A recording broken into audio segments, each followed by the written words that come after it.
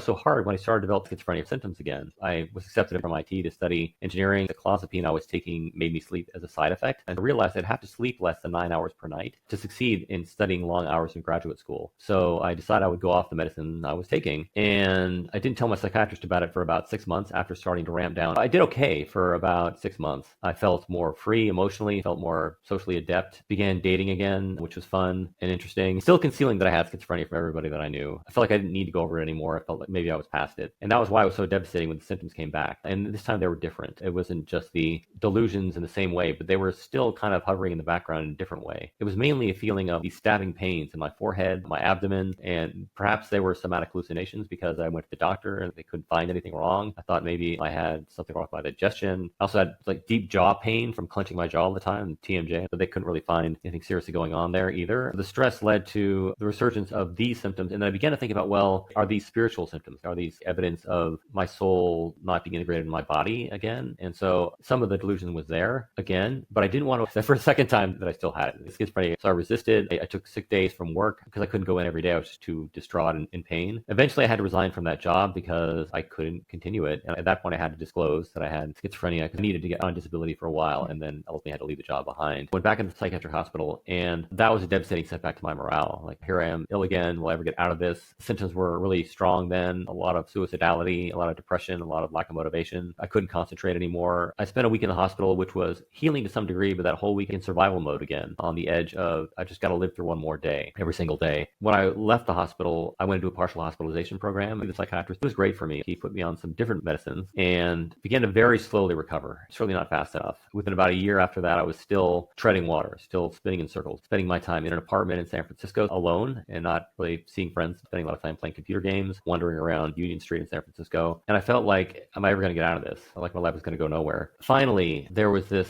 opportunity to participate in an experimental study of cognitive training for schizophrenia at UCSF. I seized the opportunity. It was funded by One Mind, the nonprofit my family had founded in the intervening years. I had the opportunity to participate as a research subject. It brought me hope. It brought me the sense that I could start to live a life again that I cared about by doing something positive for my recovery. And the science behind it fascinated me. And so I participated in this study. Within about 6 months of doing this cognitive training on a computer, these brain training exercises, I was enjoying time with friends again. I was back at work. It really helped me be a lot more socially fluent and get to know the ability to love being with people again. So that whole experience was a turning point for me.